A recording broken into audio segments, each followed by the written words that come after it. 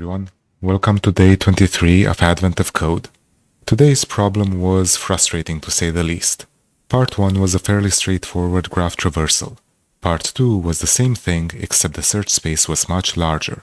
I tried running the Part 1 solution for Part 2, but I stopped it after 30 seconds or so, judging it to be too slow. Little did I know that if I had let it run for half an hour, it would have terminated. What followed was 3 hours of fruitlessly trying to solve the problem in an efficient way. Ultimately, I compressed the input graph in order to reduce the search space, then ran the Part 1 solution on it, and it finished in 90 seconds. So, problem solved, but not in a satisfying way. As always, this video has chapters so that you can skip around, and the link to the code is in the description below. Now, without further ado, let's get started. Day 23. A long walk. The elves resume water filtering operations. Clear water starts flowing over the edge of Island Island. They offer to help you go over the edge of Island Island too. Just hold on tight to one end of this impossibly long rope and they'll lower you down a safe distance from the massive waterfall you just created. As you finally reach Snow Island, you see that the water isn't really reaching the ground. It's being absorbed by the air itself. It looks like you'll finally have a little downtime while the moisture builds up to snow-producing levels. Snow Island is pretty scenic, even without any snow. Why not take a walk? There's a map of nearby hiking trails, your puzzle input, that indicates paths, forests, and steep slopes. For example, so here we see we have a path, and then it goes up a steep slope, then another steep slope. Does this path not have any forks? No, here we do. Here we go. We have a fork over there. You're currently on the single path tile in the top row. Your goal is to reach the single path tile in the bottom row. Because of all the mist from the waterfall, the slopes are probably quite icy. If you step onto a slope tile, your next step must be downhill in the direction the arrow is pointing. To make sure you have the most scenic hike possible, never step onto the same tile twice. What is the longest hike you can take? In the example above, the longest hike you can take is marked with O, and your starting position is marked S. This hike contains 94 steps. The other possible hikes you could have taken were 90, 86, 82, 82, 74 steps long. Find the longest hike you can take through the hiking trails listed on your map. How many steps long is the longest hike?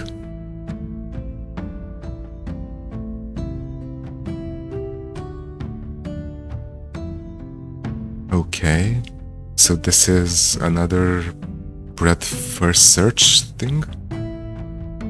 Well, not really breadth first search. This is another search through a graph. And the gimmick is that some tiles are only one way. But that's fine, we can easily encode that in our walk. What does the full input look like?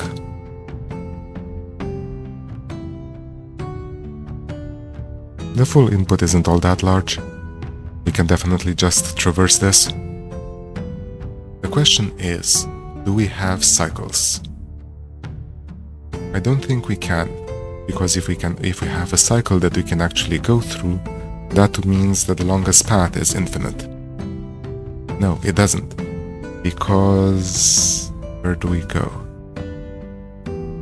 We should never step on the same tile twice. So there's no cycles possible. Alright, then I think we're just going to parse the input, then we're just going to walk through the resulting graph. We'll pay close attention so that whenever we see a one-way cell, we go the one way.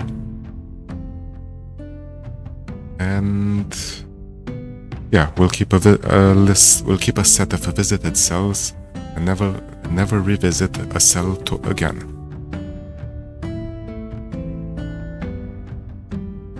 The slight difficulty is that now the slight difficulty is that once we visited the cell, we might actually want to revisit it later, or coming from a different path. Right? Because, say hypothetically, we're looking at this cell here, this cell might be accessible through two different paths, one path of length n and one path of length m. And really, we want to take the path of length m.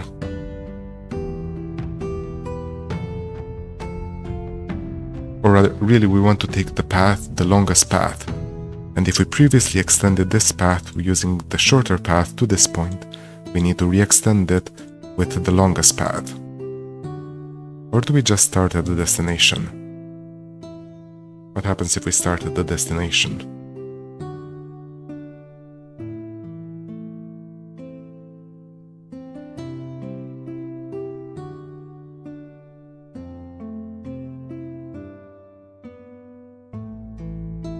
Does it help? Not really, because the problem is symmetric. Whether we start at the source or at the destination, we end up with the same algorithm.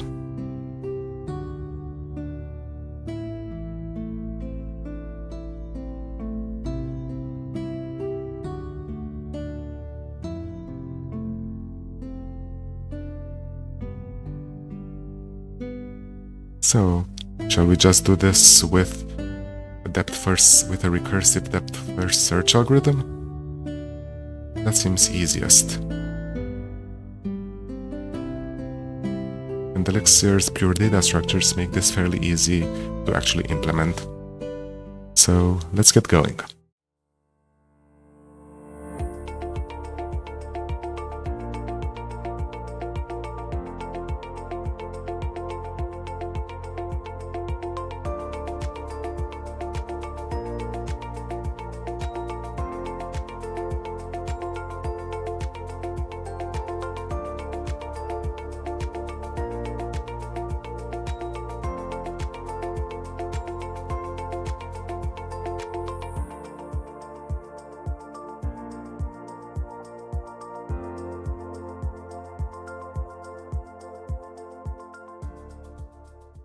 Our parsing is going to be very similar to what we've done on previous days. We just split on lines, then add indices to the lines, then split on every character, then add indices to every character, and then join everything into a map.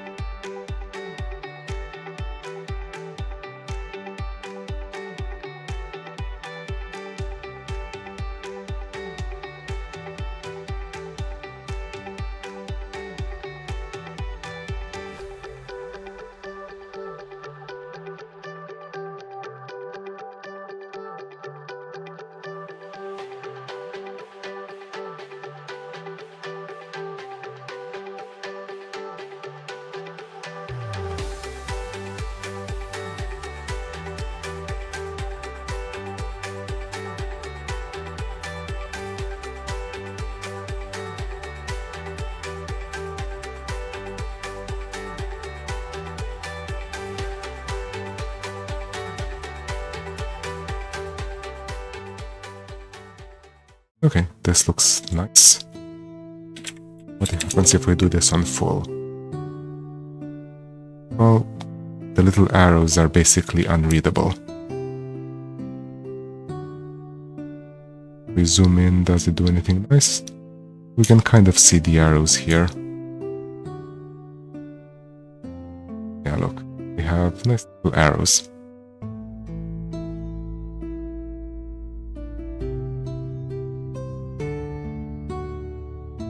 Okay, now we have a drawing. Let's actually do our traversal.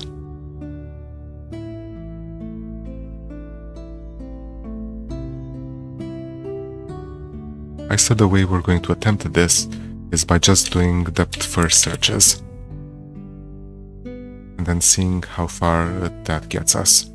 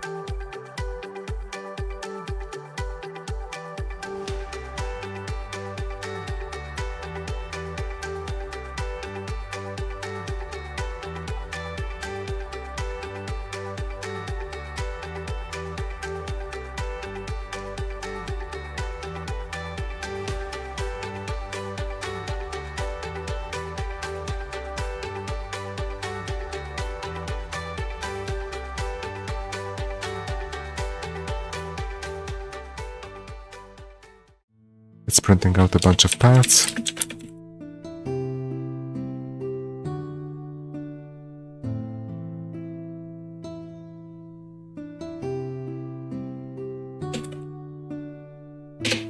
The maximum path is of length 94, as expected. Does this even work if we run it on full? 2250, although it took a while. That's the right answer. You are 1 gold star closer to restoring snow operations. Now, one thing we can do, is draw out the possible paths. Yes, so before we look at part 2, let's improve our visualization a bit.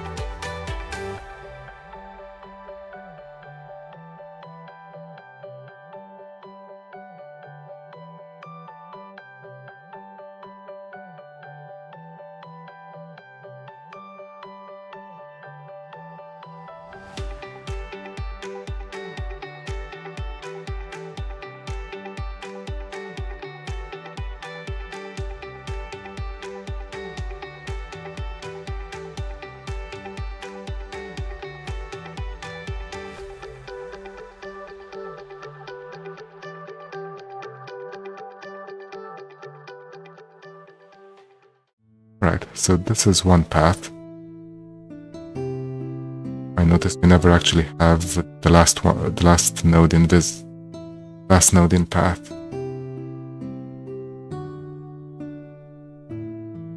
Interesting that it works then. I guess the trick is that we shouldn't have been counting the first step, since we're counting the first step but not the last one, so it sort of evens out.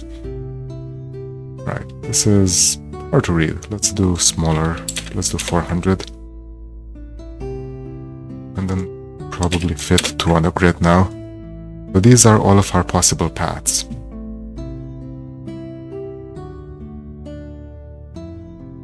Yep, it looks pretty nice.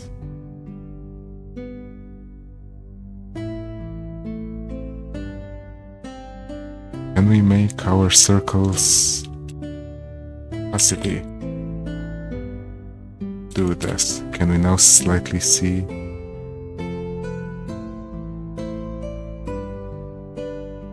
I was hoping if I make the opacity smaller. Hold opacity. See, fill opacity. I'd like to see the triangles underneath the circles. We can now sort of see the triangles, but it looks less pretty. Oh, I know. Let's make smaller. Okay, and now you can actually see the triangles. And this still looks fine. Looked better before though. Yeah. Gaze upon the thing that is not Pac-Man. Okay, let's see what part 2 is all about. Part 2. As you reach the trailhead, you realize that the ground isn't as slippery as you expected. You'll have no problem climbing up the steep slopes. Now treat all slopes as if they were normal paths. Still want to make sure you have the most scenic hike possible, so continue to ensure that you never step onto the same tile twice. What is the longest hike you can take? In the example above, this increases the longest hike to 154 steps. Find the longest hike you can take through the surprisingly dry hiking trails listed on your map. How many steps long is your longest hike? Well, let's see if we can just brute force this. Otherwise, we might have to do a bit of memoization. Well, not memoization exactly. So, if brute forcing it doesn't work, that means we'll have to do something like the following. We'll have to keep, instead of computing all the paths, we'll have to keep a table, a mutable table of some sort, or we'll have to keep track of the maximum distance we've reached to every point. And then we only try continuing from that point again if the longest distance is longer than the previous longest distance.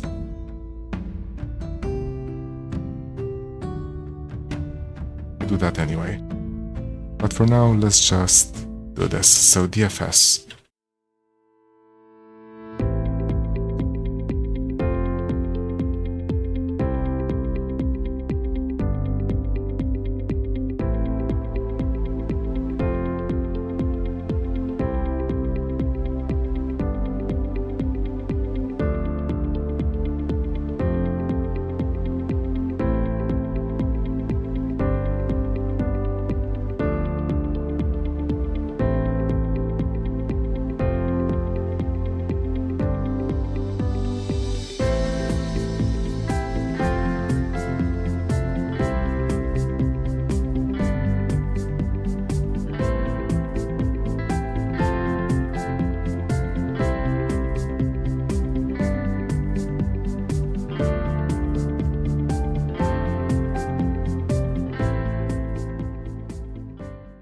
The trick here is, let's look at one of these examples. The trick here is that when we get to this point, somehow, we only have to keep going from it if we've found a longest path to this point than we previously had. If our longest path so far is shorter than our previous longest path, then there's no point in extending this. So we have two ways of implementing this. The first way is we thread a cache of some sort up and down the call path here. But that's a bit tricky to get right, so we're instead going to do this with an ets table.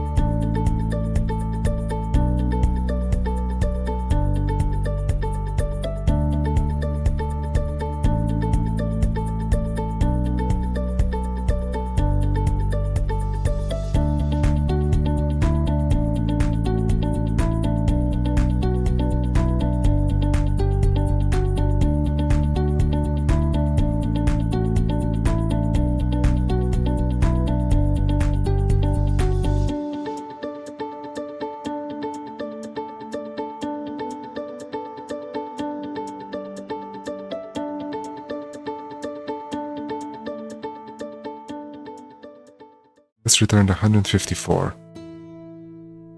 If we run it here on example, map.put slopes exist false, what happens?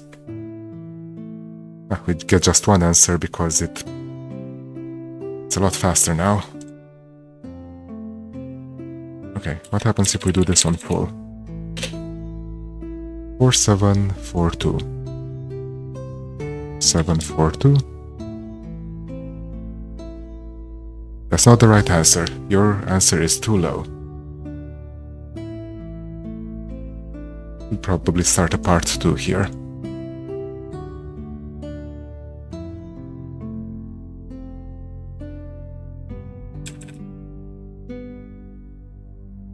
Was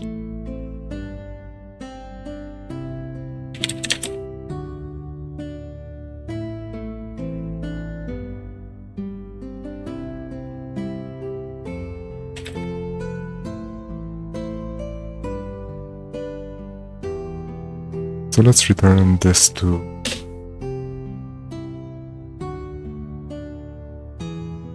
this already is broken. Why?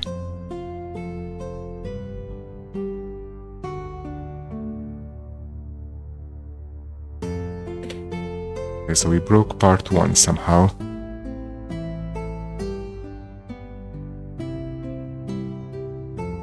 This should have been 94, but we only find 90.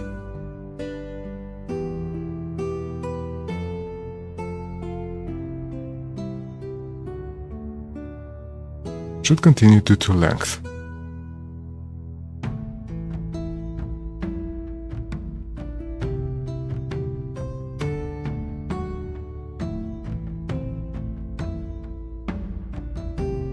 So some path is getting trimmed incorrectly.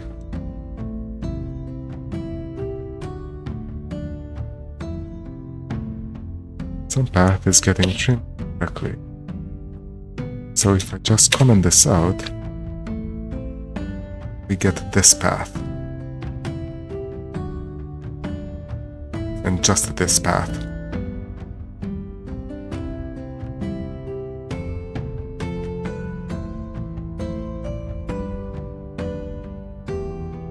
But that shouldn't be possible unless I got the comparisons here wrong. Let's add some more debugging statements.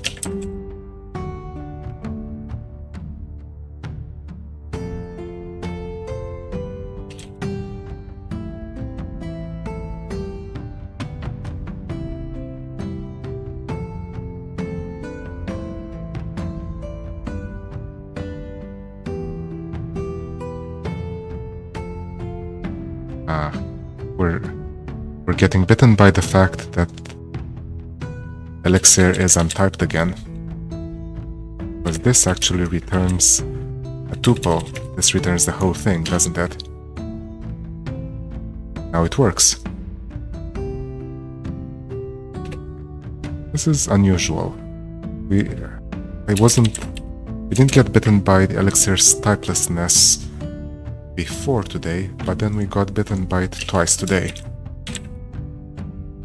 Odd. Example 154. It says 154. We do full.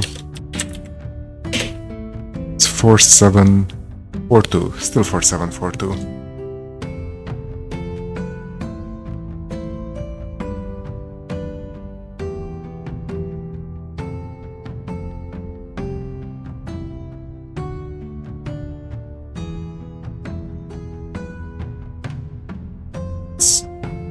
If we run this, we should get a different path. Or rather, we should get two paths. So this was the bad path, and this was the 90 path, and this was the 94 path.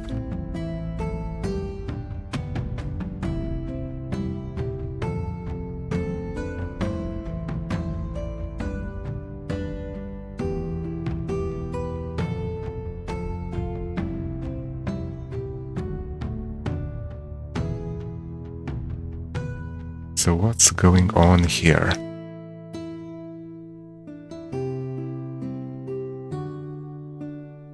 is correct, despite the fact that it is doing the caching.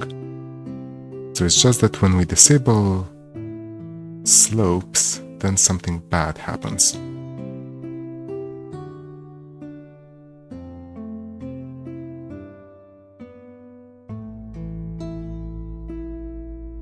It occurs to me that this should actually be, for efficiency's sake, it should actually be after in a nested if here.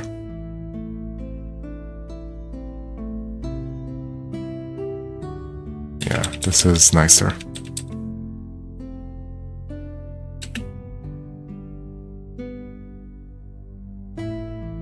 If we continue YouTube length, then we do the whole thing.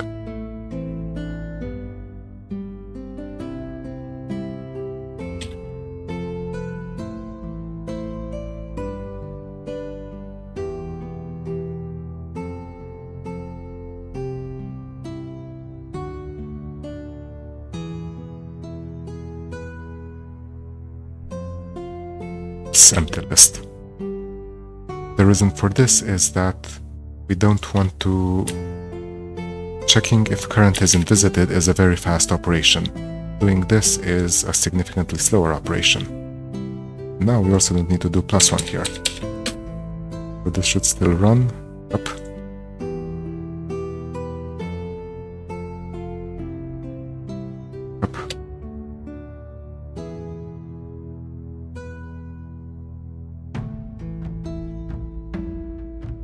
This one.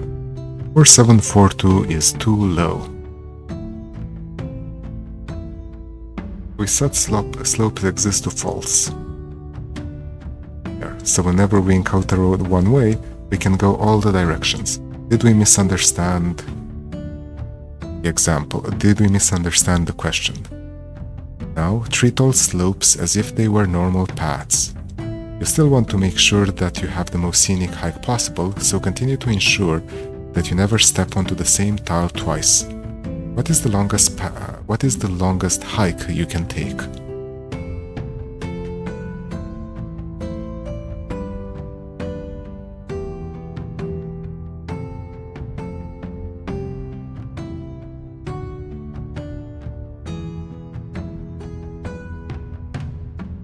I believe that this is correct.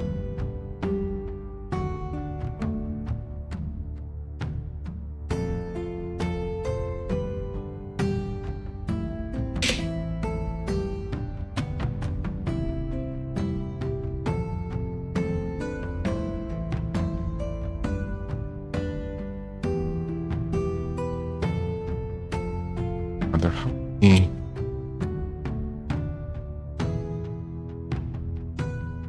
many paths are we even generating here? 9. Let's just print these out. Let's just draw these out. We have the capability of drawing these out. So actually here it says how many paths do we have? There, 1. Just draw it out and see what happens.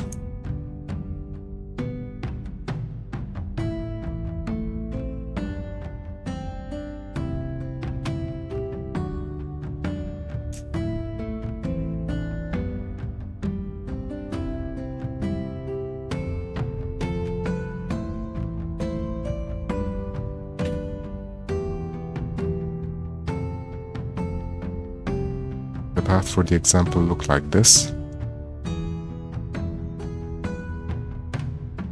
But now, let's change this back to 800. Let's change this to columns equals 1. Let's do full.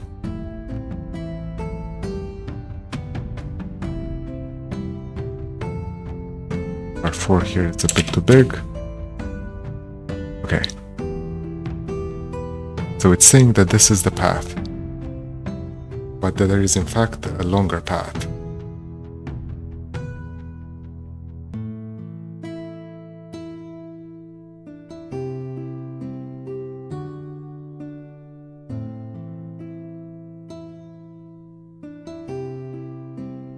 Okay.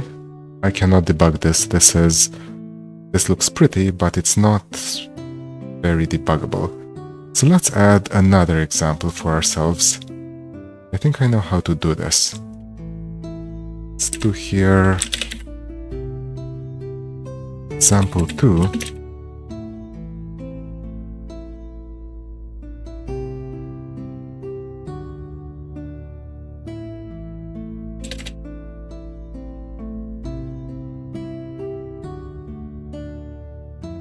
What if we give it a grid of just dots?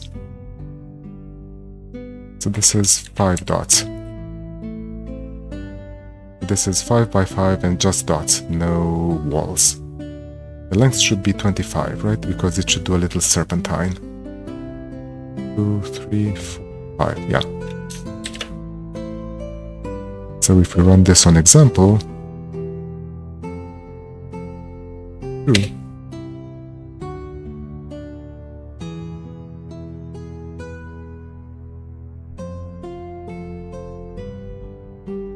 because we start here.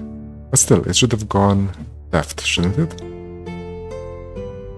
Like, this looks wrong. Let's get this up. Let's move it all the way to inputs. I think we found the bug.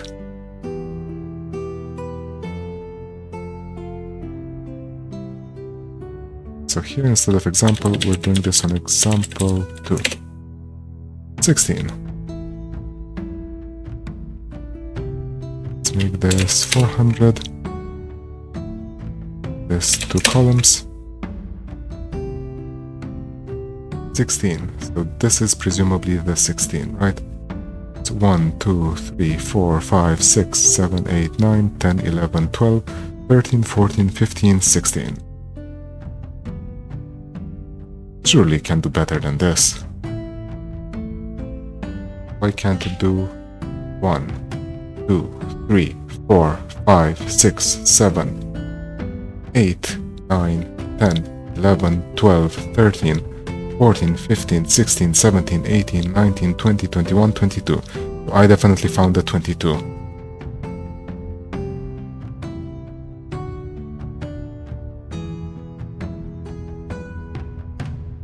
And it is going into the edges, so it's not a comparison, it's not an incorrect comparison. It's not an incorrect check for the edges.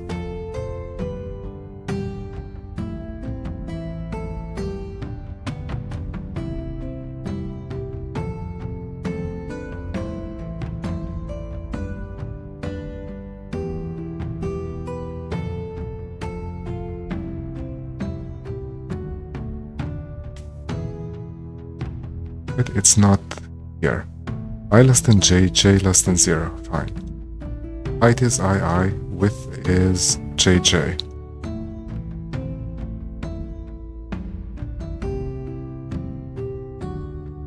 Wasn't visited, we reject it, and if data.map.was is a wall. And to see, does it ever reach 0 and 4? Why does it seem to never reach 0 and 4?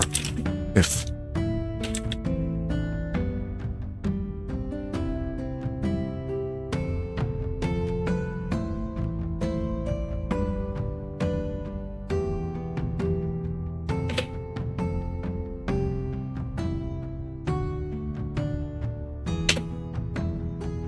Okay, so it gets to 0 and 4. It visited being 17 and 11.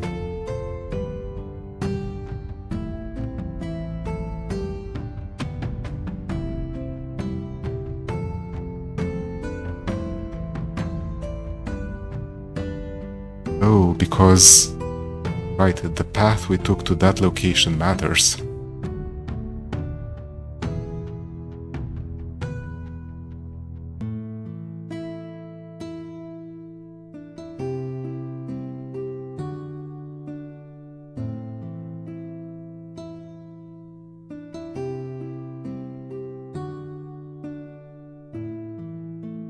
And output some more data to make this really obvious.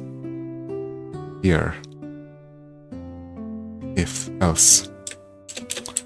If current equals ij, I'll put s.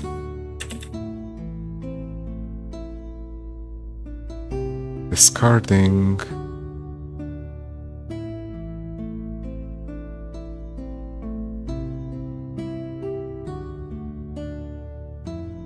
zero and 4. Discarding current because there was a longer path, a previous longer path.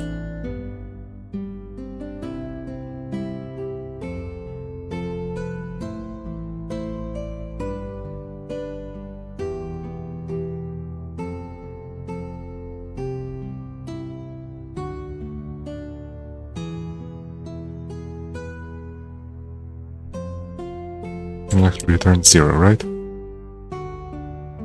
Here we can just return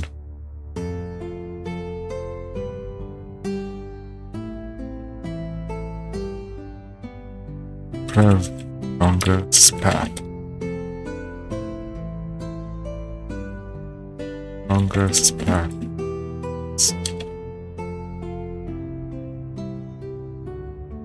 Set.side visited is greater than prev longest path.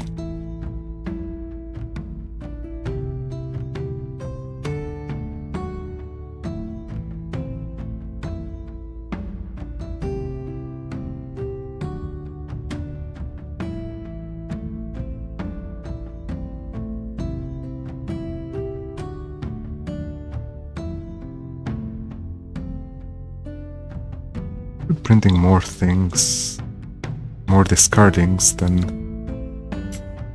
what's going on here. So this is printing here.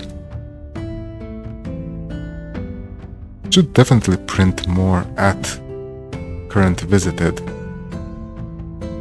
than previous, right?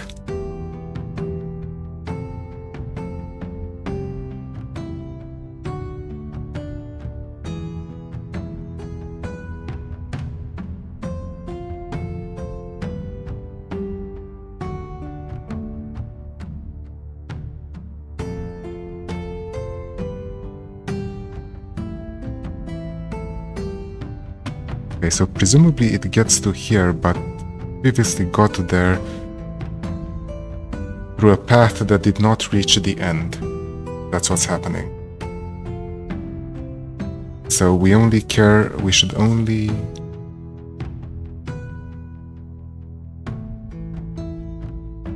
consider paths that reached the end.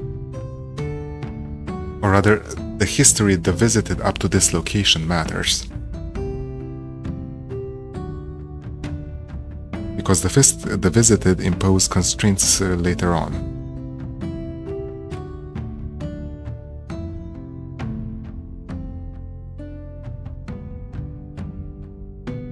But you know, I just realized this is just stupid, isn't it?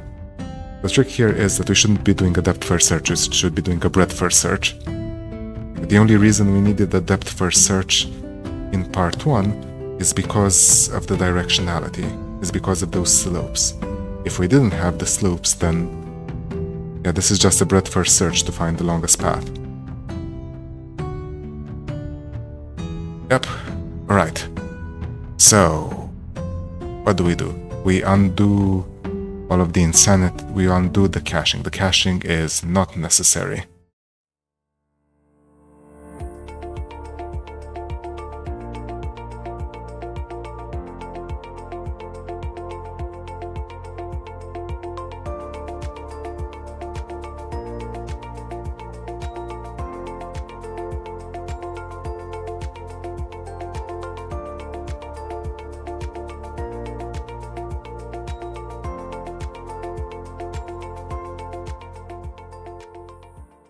Okay, so here we don't do part 1 DFS, we do part 2 BFS.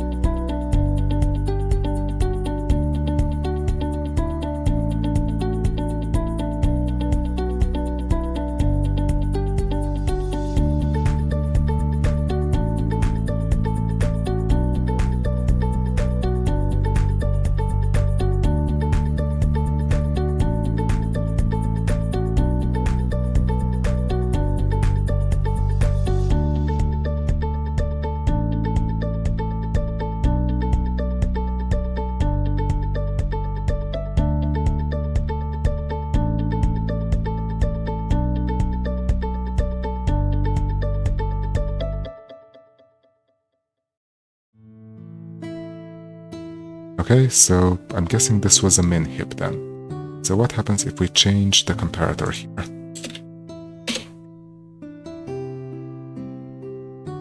This was wrong.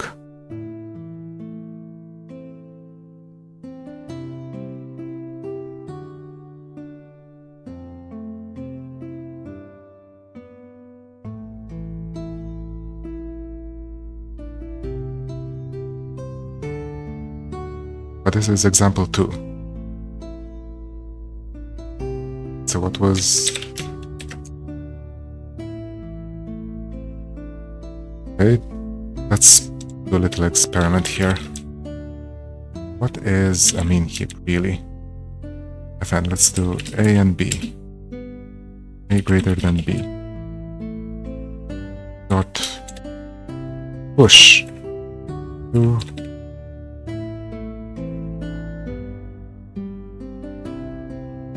4, 1, 3. Dot pop. Heap dot root. Okay, so if it's greater than, then it's a max heap. So it has to be like this. Let's find a shorter path, so something's probably wrong.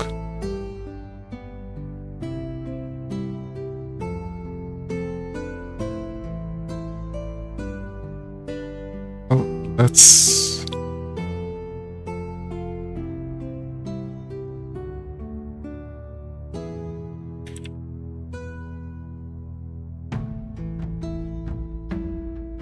Let's print out something and see what happens. This says depth 1, 2, 3, 4, 5, 6, 7, 8, 9, 10. Goes all the way to 21.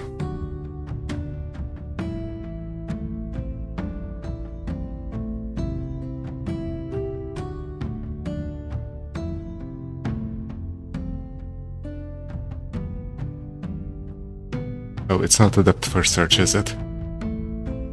Another false start.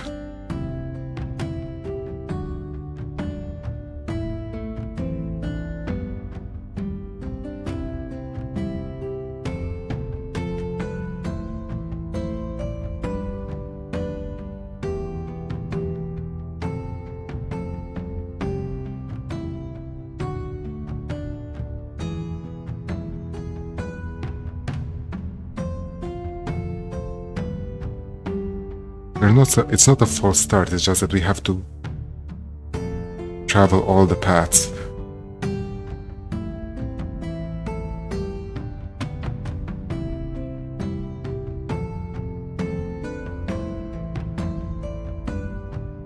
What happens if we do BFS instead of DFS? It doesn't exist. This is a BFS. This is part 2.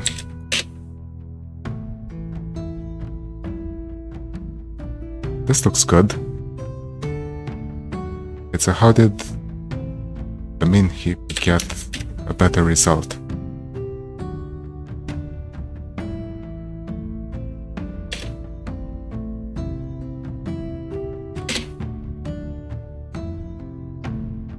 The min heap somehow also got at this spot, so it probably did this.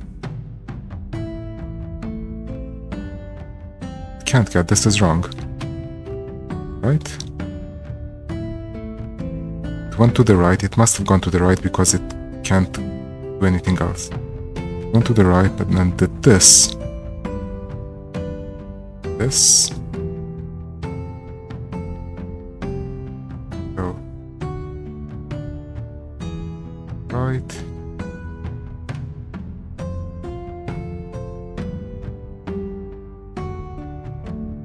I don't think this is correct.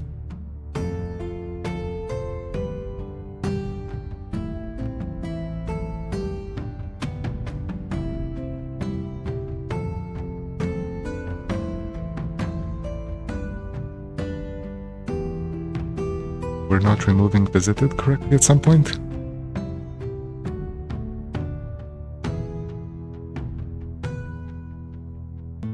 Hold on here. We add current to visited.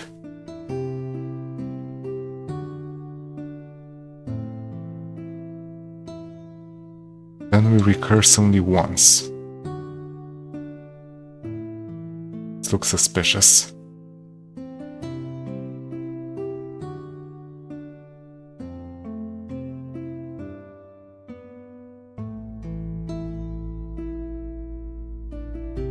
Yes, visited is just, the length of visited is not actually correct anymore. Or it's not the thing we care about.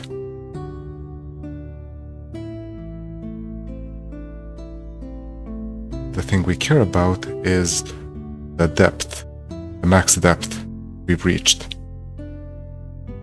Because now it's possible to visit something and then back out of it. So here, instead of visited, we do D. This is not paths anymore, this is path lengths. So if I run this, paths not found. Yes, there is no longer any paths, it's paths len.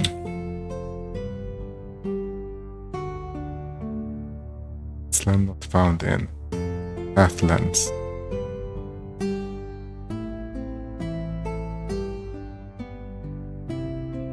Okay, and this is the depth 6 because this was the shortest, this is the mean heap, this is the max heap, which is 22. Is 22 correct? It's 1, 2, 3, 4, 5, 6, 7, 8, 9, 10, 11, 12, 13, 14, 15, 16, 17, 18, 19, 21, 22, 23, 24. Wait, 1, 2, 3, 4, 5, 6, 7, 8, 9, 10, 11, 12, 13, 14, 15, 16, 17, 18, 19, 20, 21, 22. Okay? We don't need to print the depth thing anymore. What happens if we run this on example? Get 150. Which is not correct.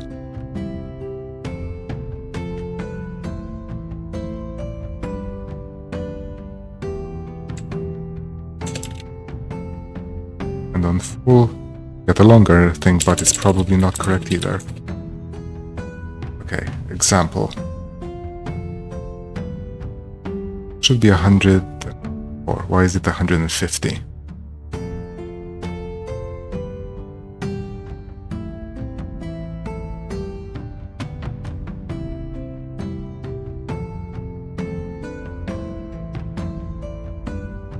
Run this on example.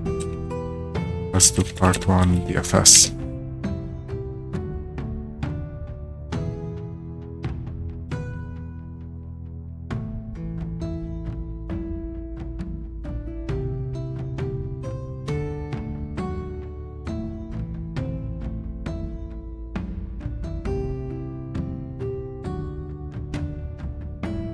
We've seen 150 before, haven't we? Or rather, we've seen wrong by 4 somewhere.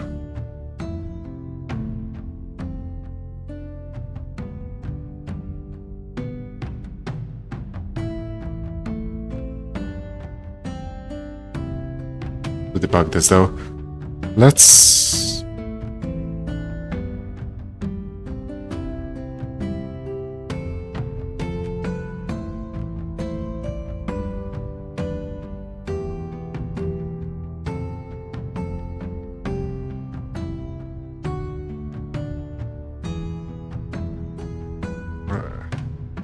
we should put in visited the depth.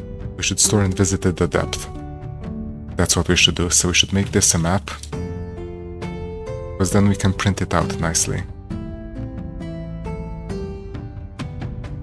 Now a map. Here.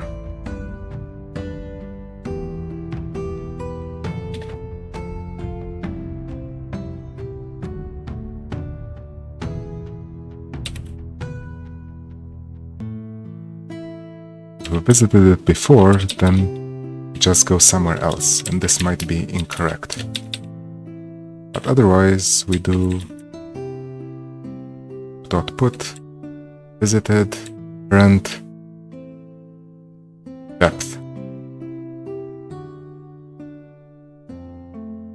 here we can revisit it again.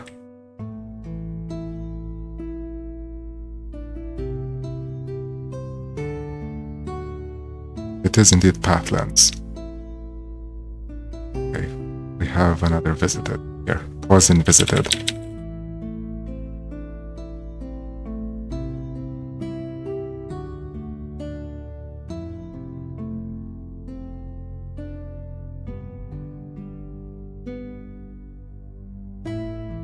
This is unchanged. This should run. Ability.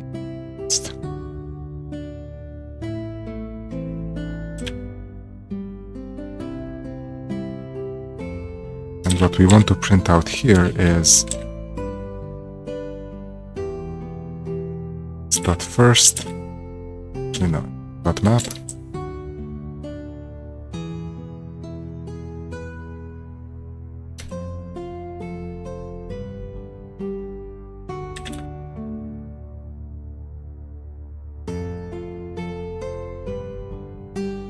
Right, because when we find the data here,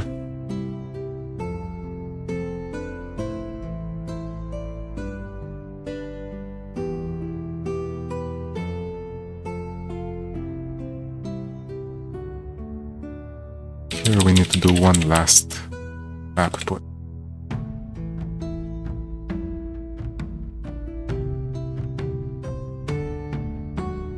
There's 150, which is wrong, but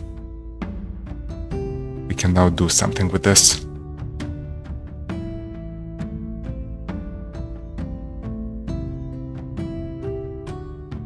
We can print out the depths.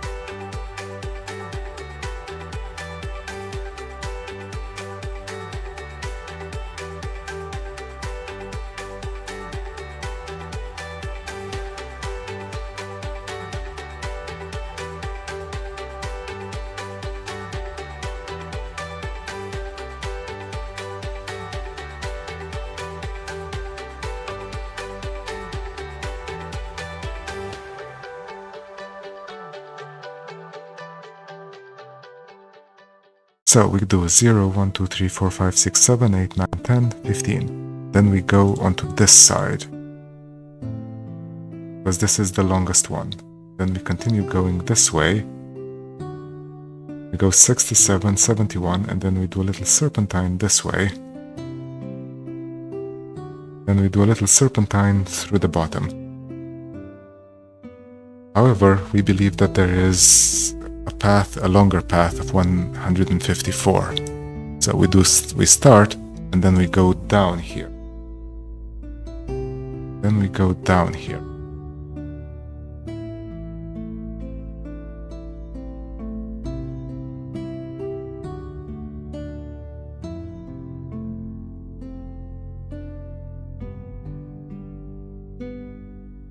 So why didn't we go down here?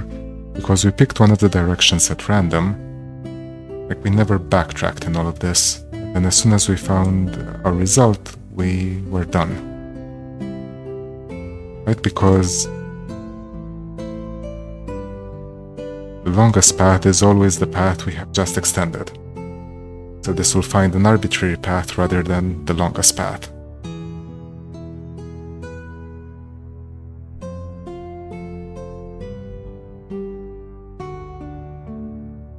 So the trick is that at every step, we should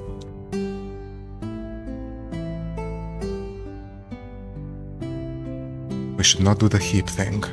We should consider multiple paths simultaneously. So at every step, we should consider all the paths of length d.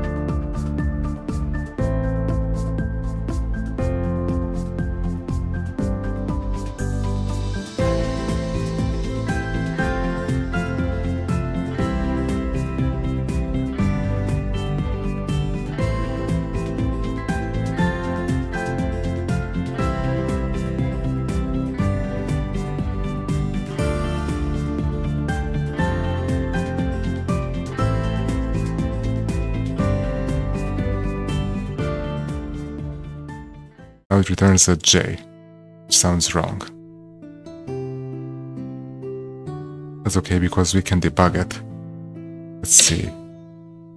Okay, so now we have 0, 1, 2, 3, 4, 5, 6, 7, 15, and then it does 216, and then it keeps on going. Eventually it says 74. Why? Because presumably it did something bad with visited. So 15, 16, 19, 35, 37, 38 in all directions. It got to here with 50. What is the actual real path? It's supposed to go down, then loop back up. It was supposed to go down, 35, 37, it kept going down, and then it got to here, 69, but instead it said 59 here. Why? Because it had already been visited from above.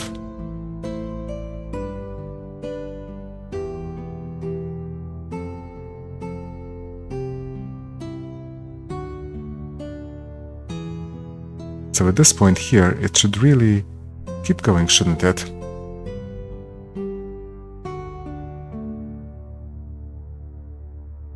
So this filtering here isn't quite right.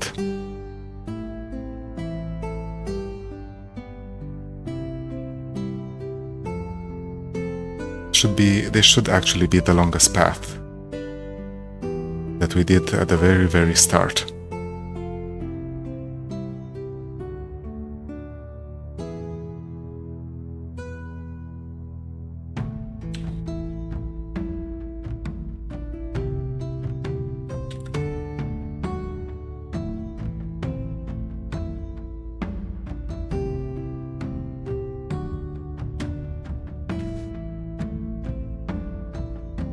Map.get, get the neighbor. Let's say it returns 0 if it hasn't been visited before.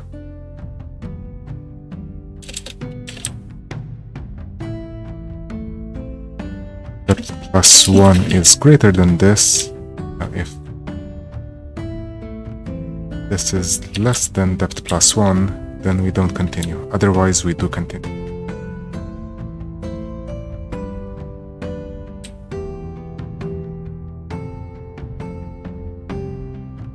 Right, and then we also need to do something here.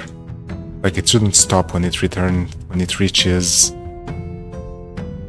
current. When data final isn't current. It should instead stop here.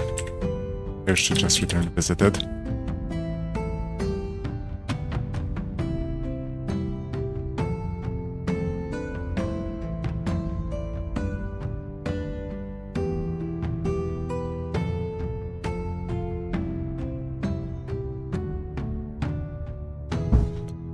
Now this is running forever.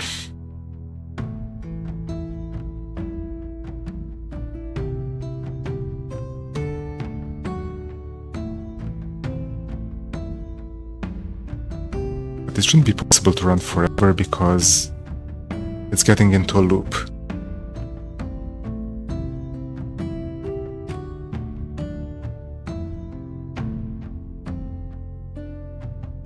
Slowly inching back towards the assumption that I'm slowly inching back towards the conclusion that the very first thing we did 1 hour ago was the right thing, where a depth-first search was the right solution.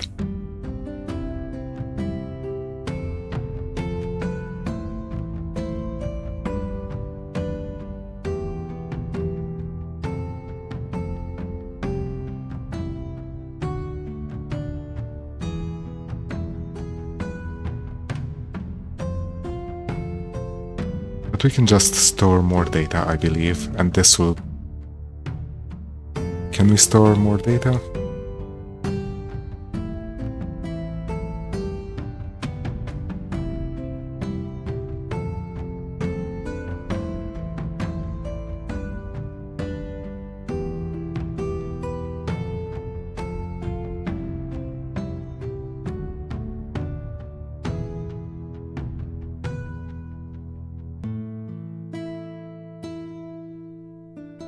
And store more data.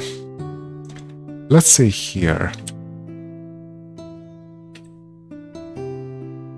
if this doesn't work, what do we do? Then we probably take a break.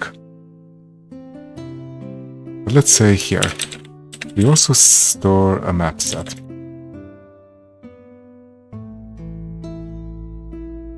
So this will be just the path up to this cell. So now our current has both a position and a path.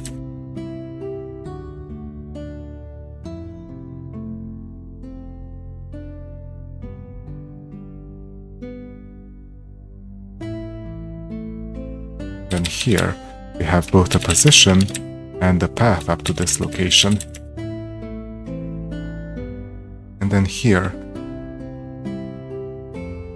one extra rejection criteria is if nicht in path. So if the neighbor is in the path that we took to get to this location, then we reject. Otherwise, we can overwrite our visited, it's just that we have to have a bigger visited. Yes, except it's just that our depth plus 1, which will be here, which will be this has to extend.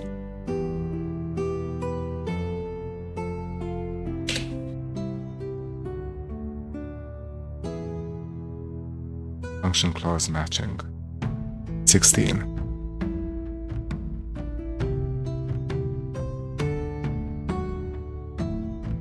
If I go over current,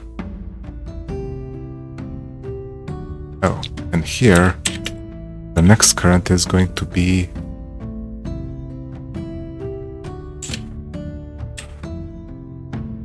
what's this? This is the next visited, but where's the next current?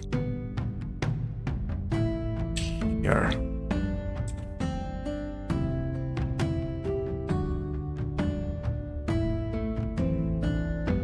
Yes, here.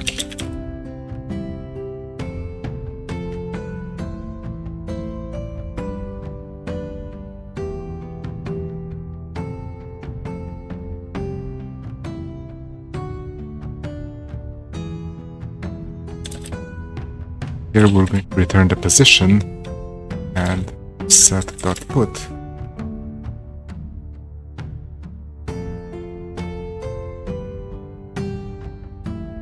The path we had up to this location, which I think I'm going to need to, which we have from here, and then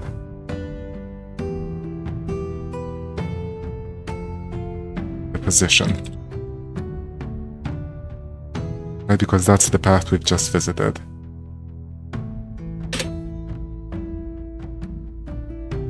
It returned 154, which is encouraging.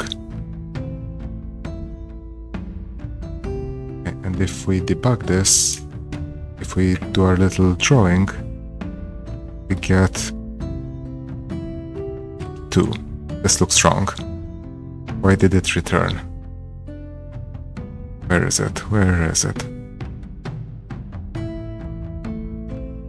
There. So I guess this has to be upset new set put start.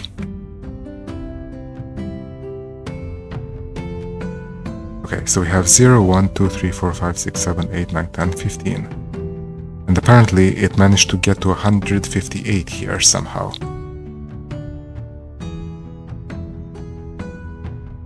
This looks wrong.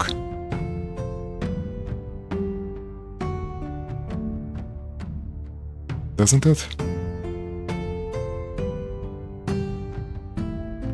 Yes, no, because there's probably a loop here that loops back and gets to 154 here, but then can't continue.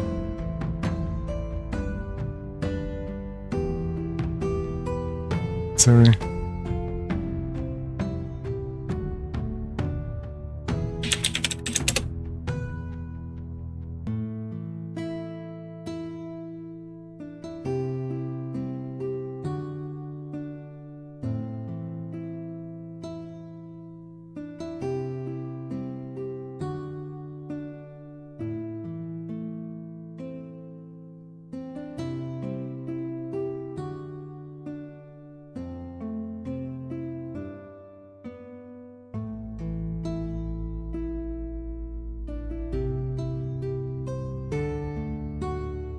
Boy, this is still going, and it is using quite a bit of memory.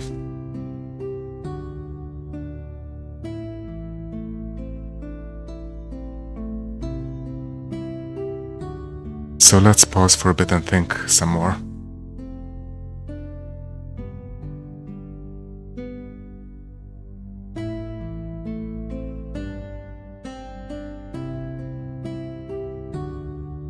You know, one thing we can do here, we print the depth.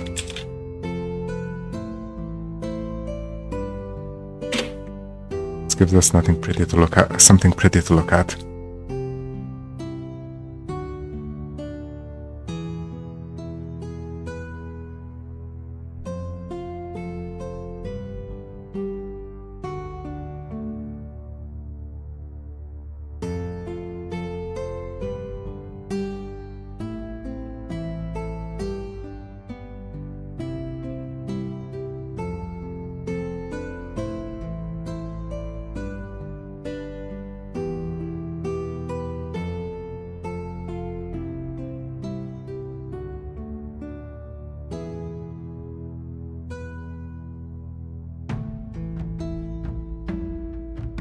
Okay, so we see the problem. It's just so slow.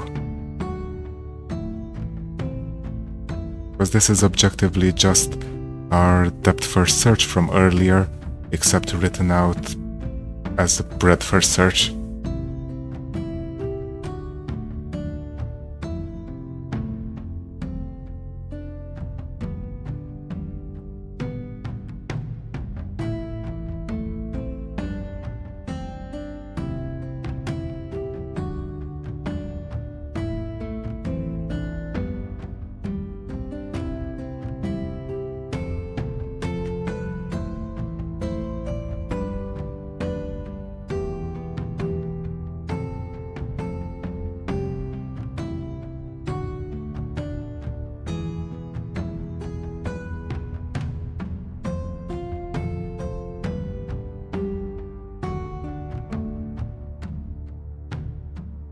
Okay, so I'm thinking, what if we convert our grid into a graph?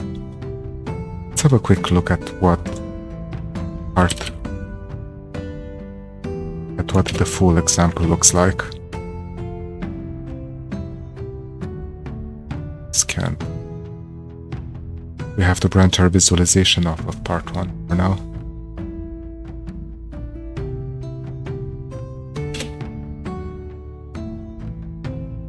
This is what our example looks like. What does our full look like?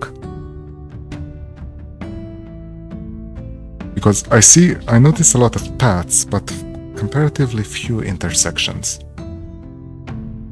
So what if we just turned this grid into a graph where the nodes are the intersections and the lengths of the edges are the lengths.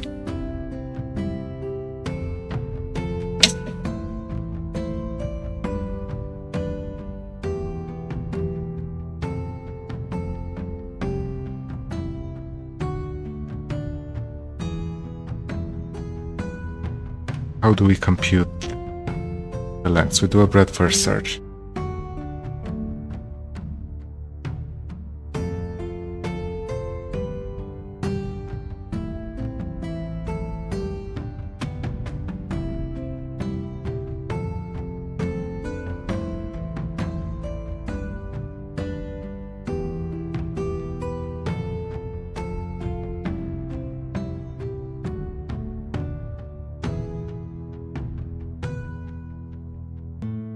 Is that right? We do a breadth first search?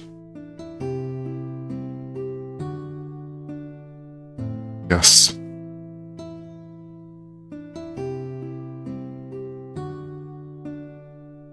Why are we doing this?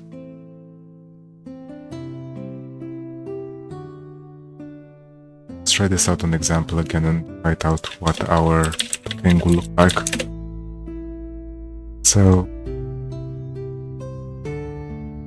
saying that the graph we want will look like this. 0, 0, 1.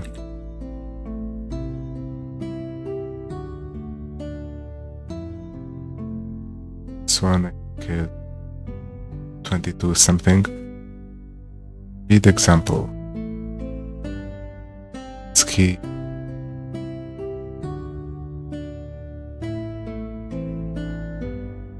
They call it labels.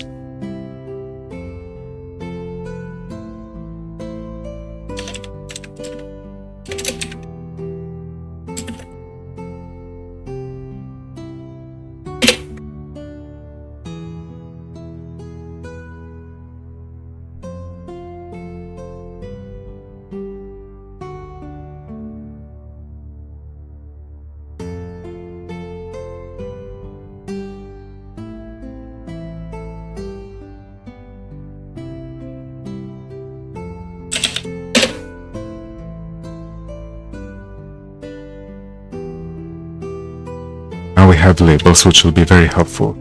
So 0, 1 is in our graph.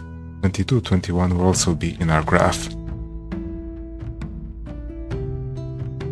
This one has connections to what? It's connections to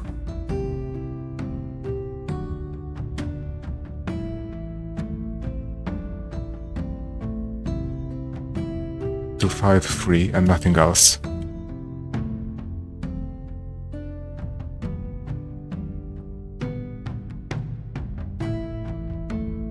Part 3 is connections to this one, 13.5.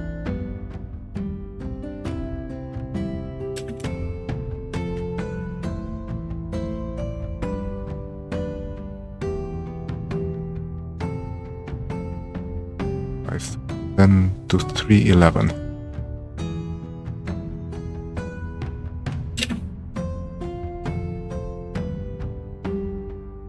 .3.11 has connections to two things.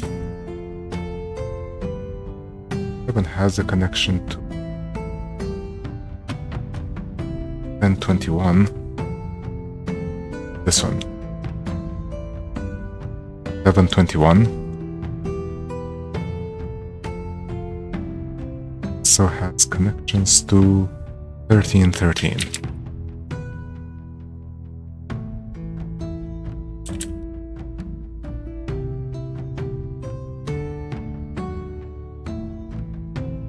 .5.3 has connection to 11, yes. 5.3 also has connection to 13.5. So 13.5 has connections to 13.13.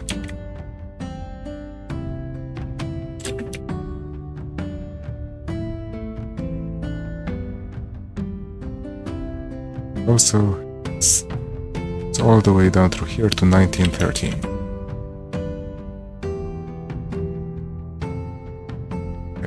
We did 5.3, we did 3.11, we did 13.5, down to 11.21.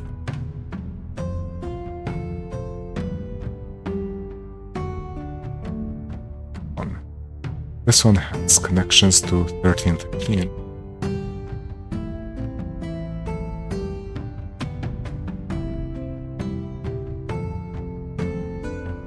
Also 19.19. 11.21, then 13.13.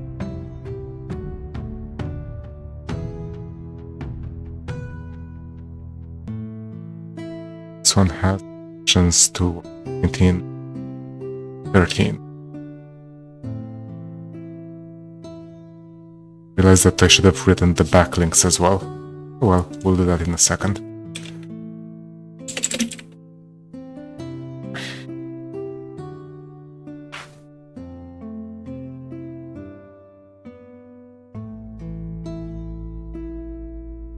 That was 13.13. Next up is 19.13. It's connections to 19.19. 19.13, then 19.19.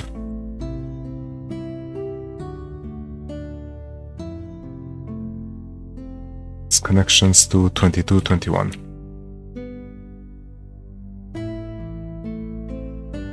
Let's do the backlinks as well. 19.9 is connections to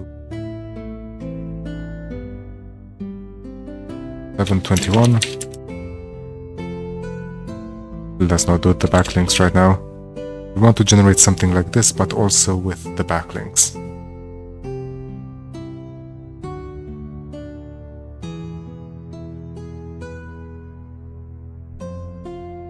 Is this better? Certainly a much smaller thing than this. So it will be much faster to process, especially on the full example where there are lots of long paths and few intersections. Once we have this, I think we can just use the algorithm we've already written here in part 2.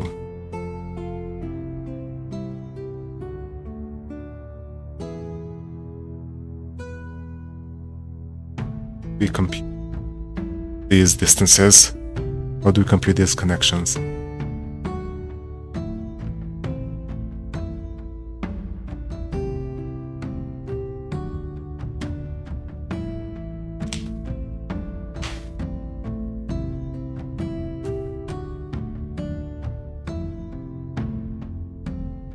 bet we can do it with a single...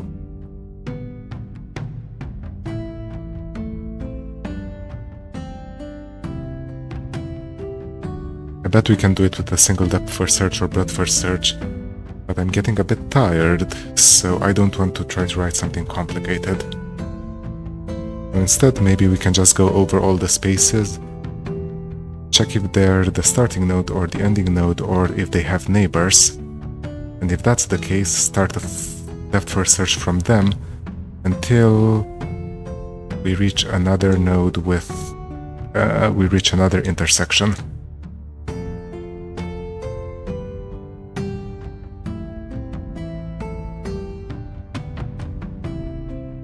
Yeah, so how about we do that?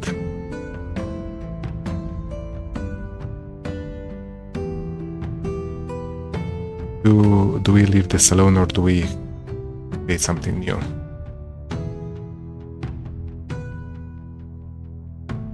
Just leave this alone and let's do part 2 again.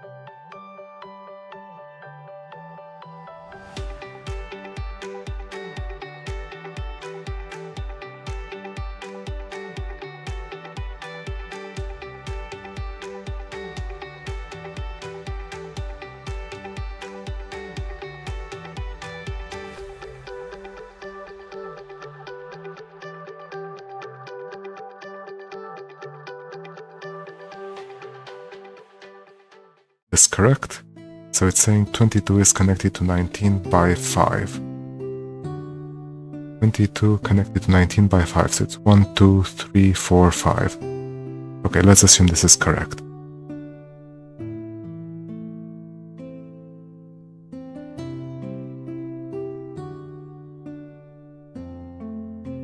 Now we have to modify our part 2 algorithm to go over this graph.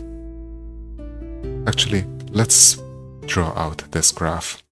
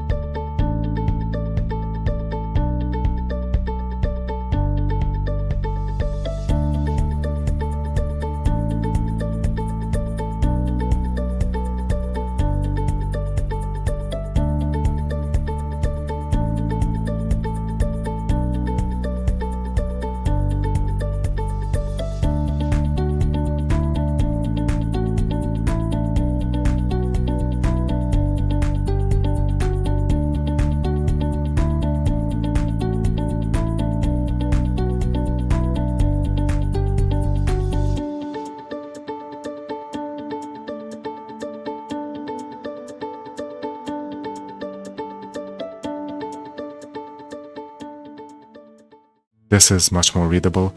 So now let's try this on full and see what we get. What does our full thing look like? Somewhat complex, but look at this, paths of length 214. Yeah, it's converting this into a graph form is nice, it's useful.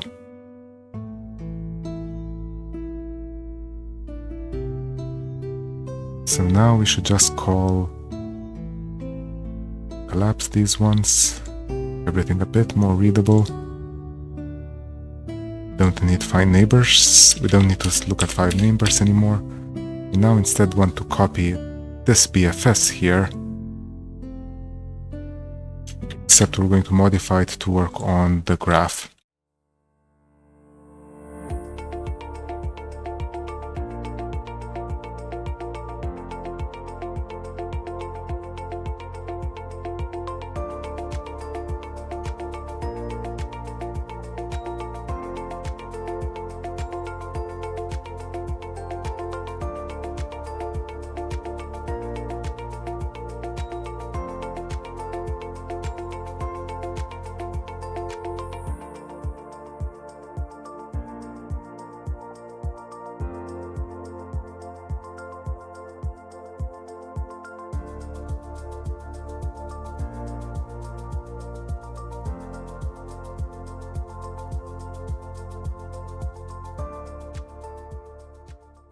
this breadth first search thing with a depth doesn't really make sense anymore.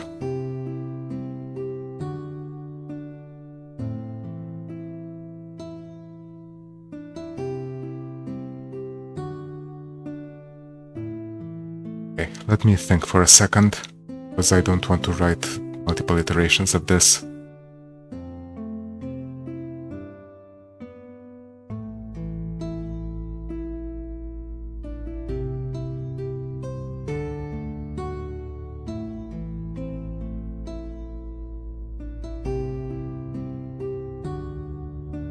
Alright, so here's the plan.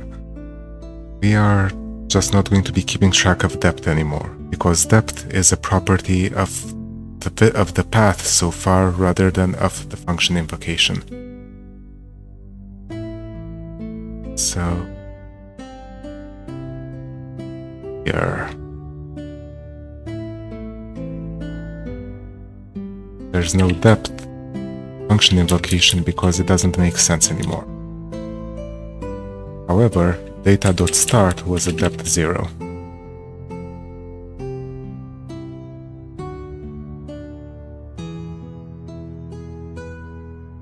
There's no depth to inspect there, but current now has also a depth here.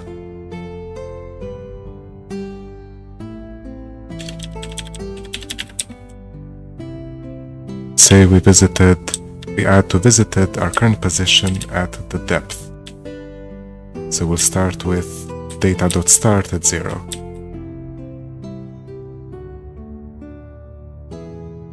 Here, this is correct.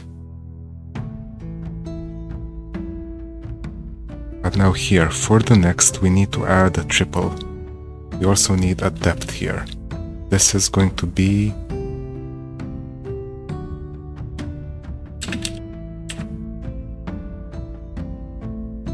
dist plus something.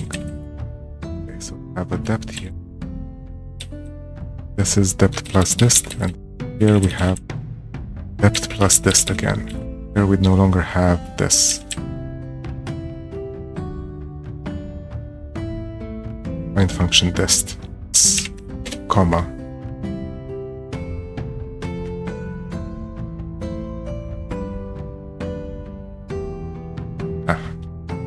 Here, but we really should use consistently.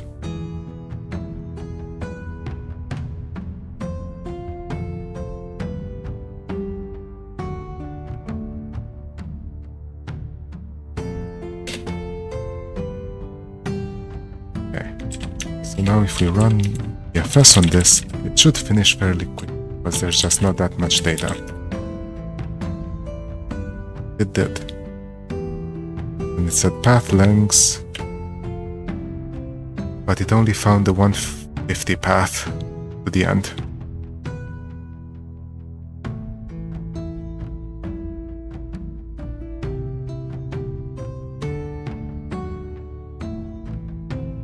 At least it ran. Now let's see why this didn't work correctly.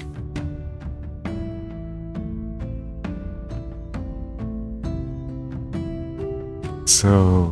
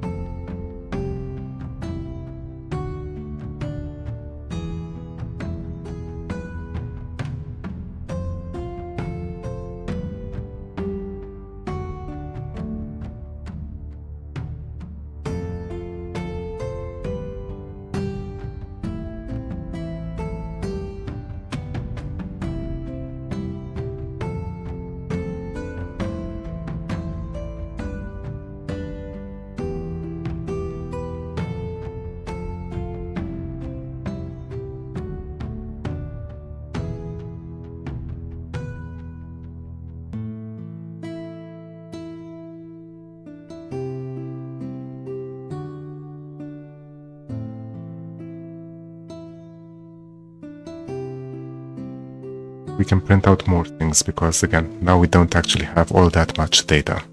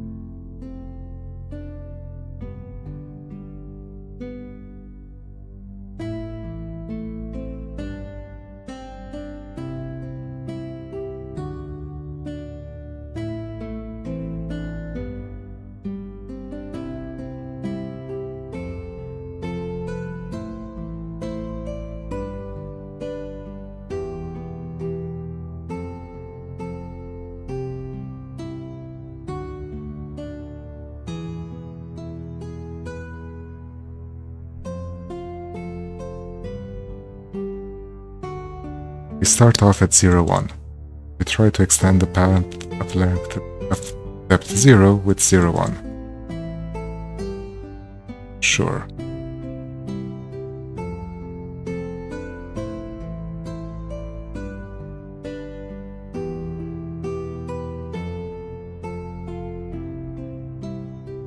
Right.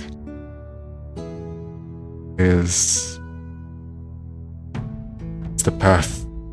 Path should be nothing here, shouldn't it?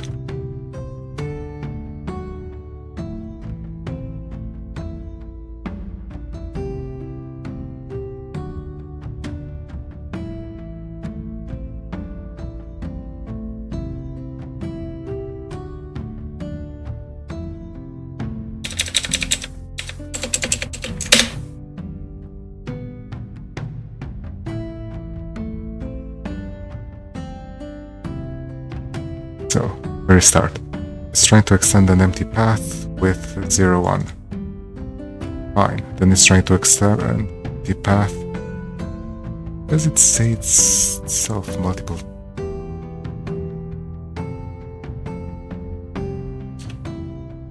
Assume that was right.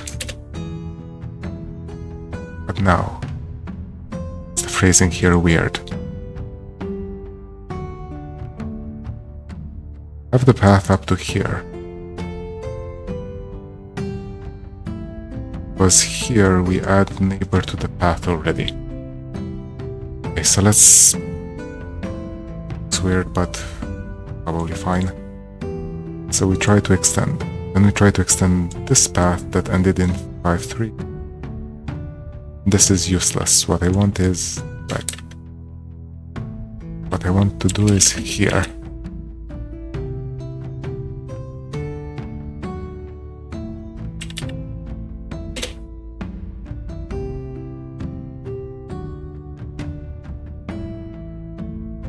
Now, we're trying to extend 0, 1 with 5, 3, then 0, 1, 5, 3 with 0, 1 again.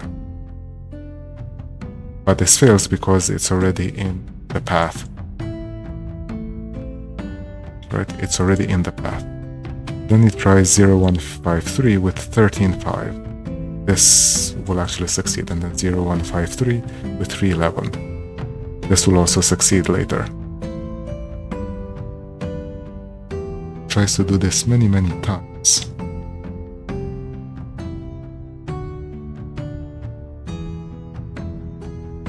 But then at the end of it, we end up with 22, 21. End up with 150 instead of 154. What's it doing? It's going down. But then it's not correctly going back up.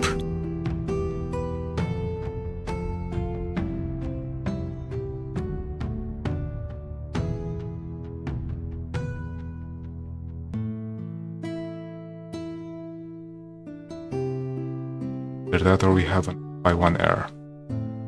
It's one of the two. But possible. The correct path looks like this. 330. Here. That's actually the correct path.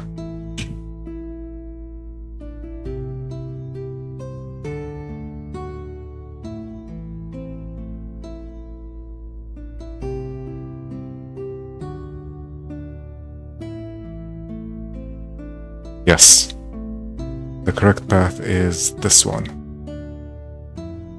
but it's instead presumably doing some... What's it even doing?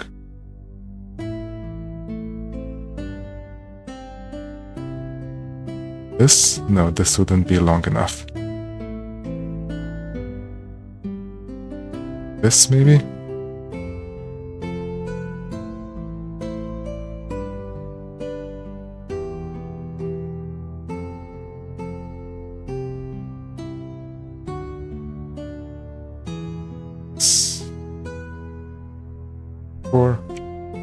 Plus 10, 5. This would be 90, but this is 94.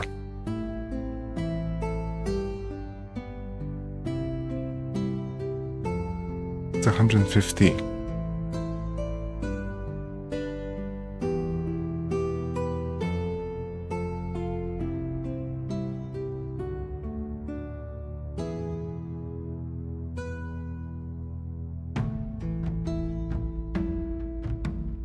Yeah, it got to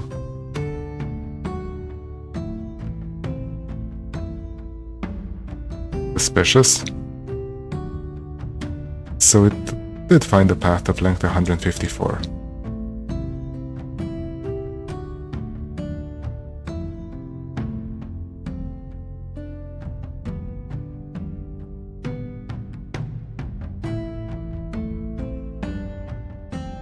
Yeah, so the map put visited is wrong. Visited.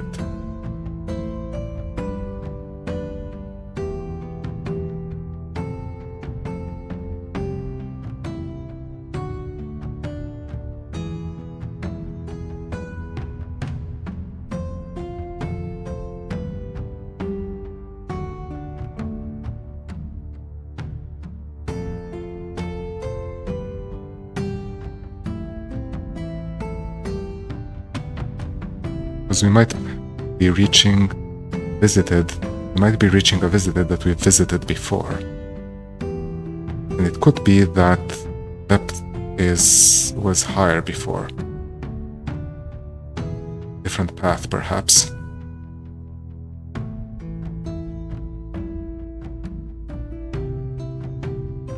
Sounds dodgy, but let's try it out.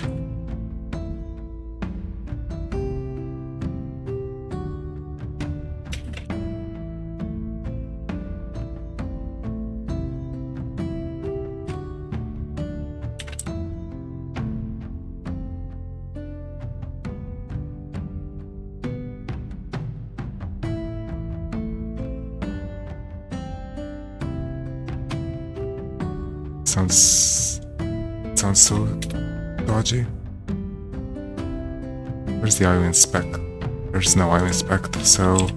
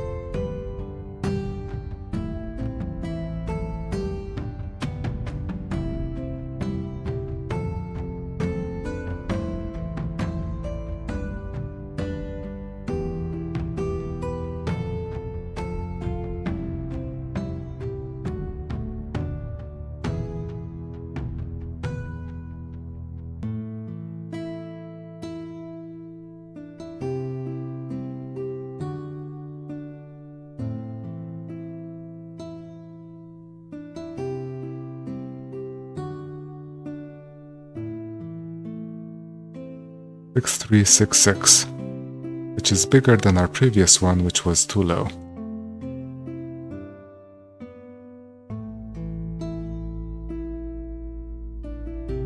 Still too low.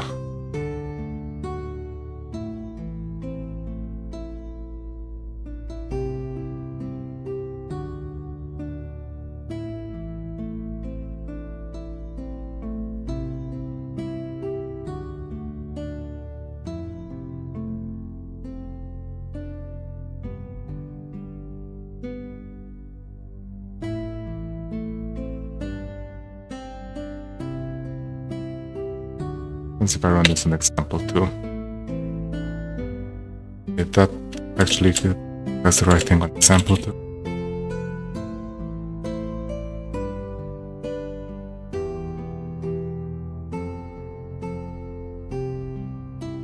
If we're doing this here like this, then realistically it should have... the same thing should be true here or something. This is dodgy. This can't be right.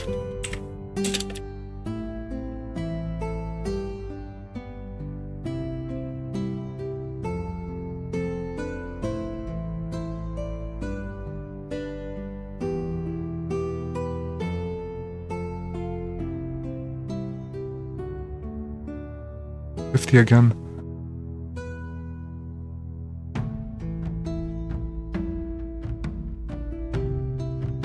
Think through this. What's going on?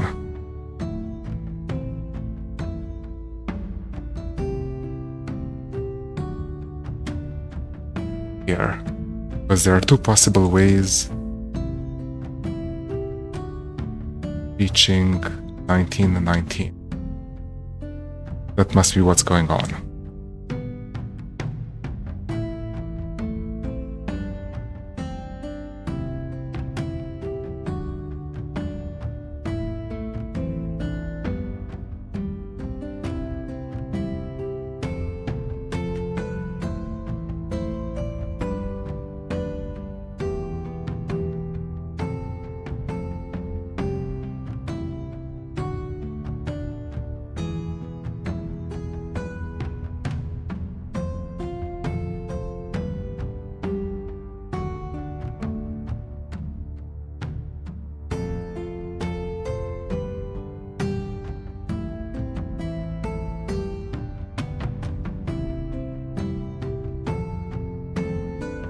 I just wonder. This is error prone, but if we just do the part 1 thing and try out and just enumerate all the paths, like, this is that easy to write, and it might be too slow, but maybe it won't be so slow now that we've converted our thing into a graph.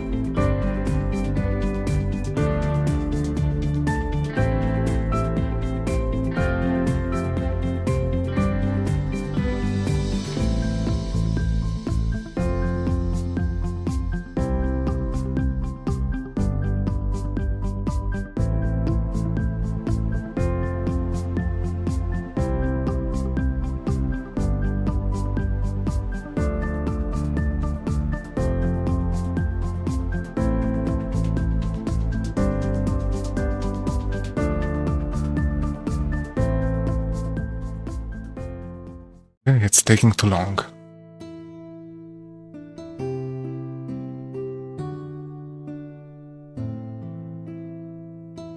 Guess full is still too big. Even after we've reduced it to a graph, it's still too big to just do a plain depth first search on it. We try out all the paths.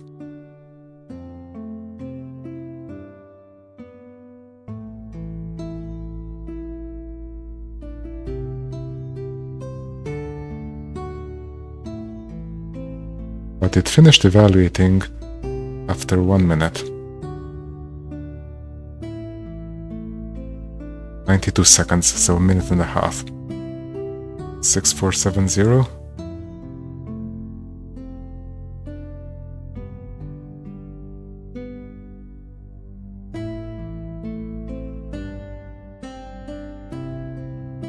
Oh, that's the right answer.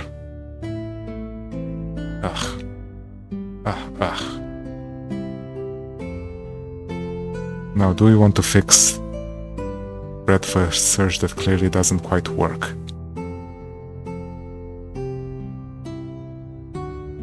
Or do we want to make this depth first search faster?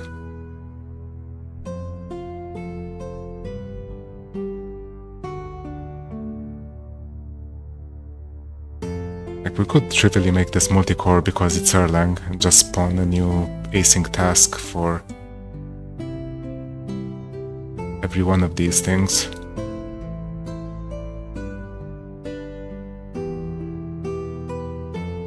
But worth trying.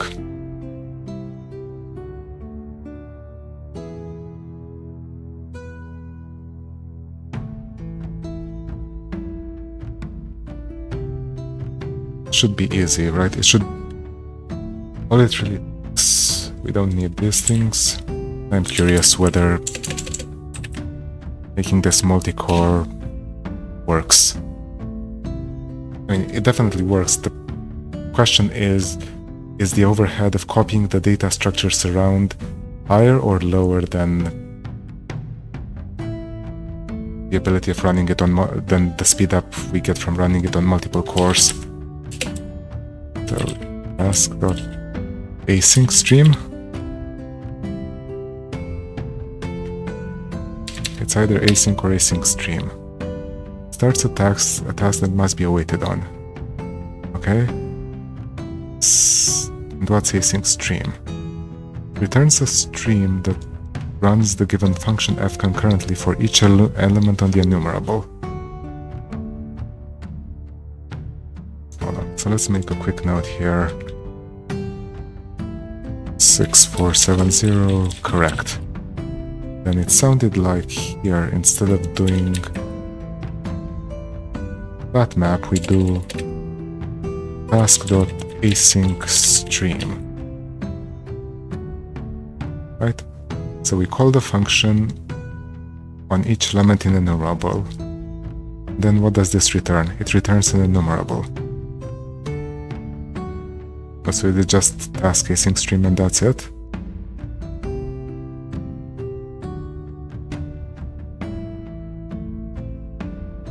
It's the same.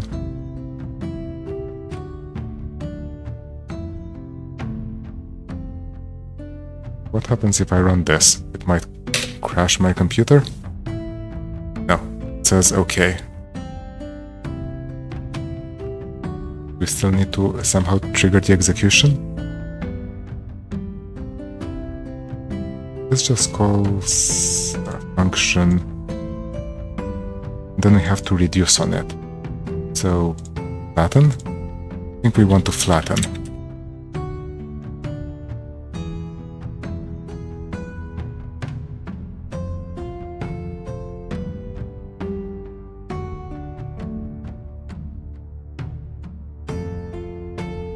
Can't flatten.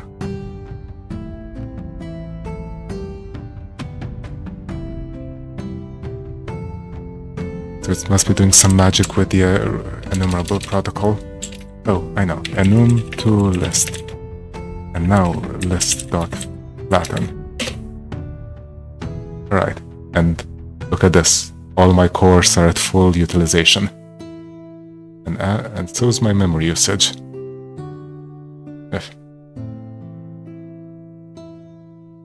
and then it blew up with a timeout. Because the timeout is 5 seconds, but we need something more like 90 seconds.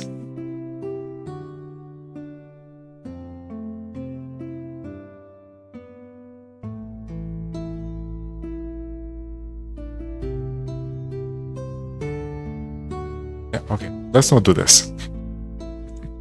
Yeah, let's not do this. This will require more coding. I don't want to do that right now. So this will now take 90 seconds. Let's see what can we delete. We can delete part 2 completely because this did not work.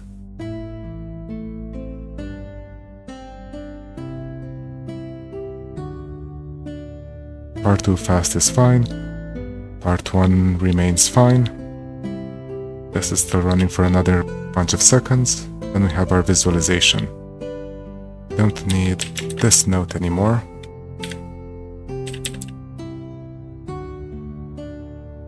Let's not print labels.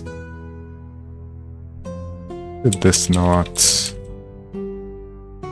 Oh, because this has to be run like this, right?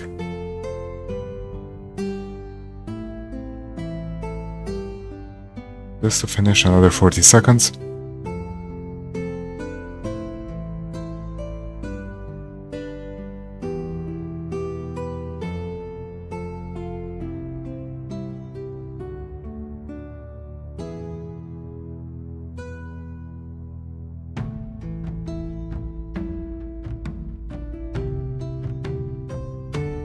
I wonder if the thing from 2 hours ago where I just tried to run part 1 on the full thing would have actually finished in 90 seconds. Probably not, but I didn't actually let it run for 90 seconds, I stopped after 30.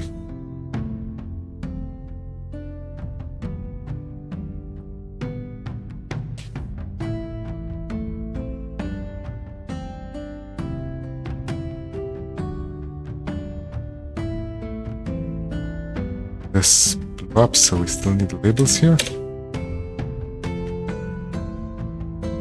That's not found. Wasn't that what DFS did? This thing adds paths. It does.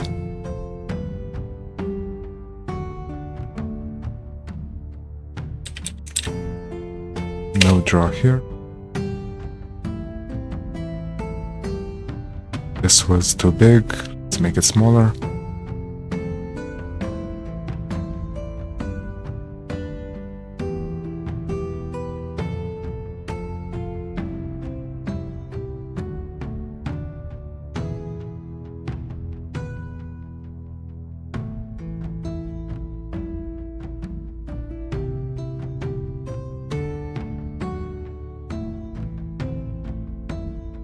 Do so much here.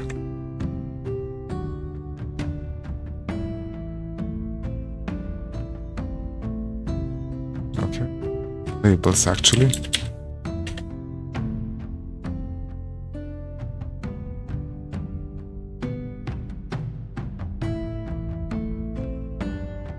So these were the paths for the example.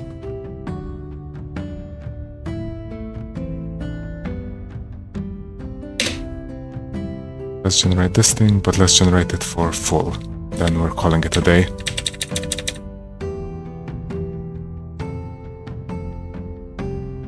The graph for full. Right. Stats. Oh, so this is a surprisingly small number given the time. I thought today was actually easy, just that I screwed up and went down a bunch of rabbit holes. But maybe today was actually hard. Well, it is what it is. Anyway, so calendar. Thanks for tuning in, and tomorrow we're going to do day 24, which I guess is going to be the last day. Well, looking forward to it. So, yeah. Thanks for tuning in and see you tomorrow.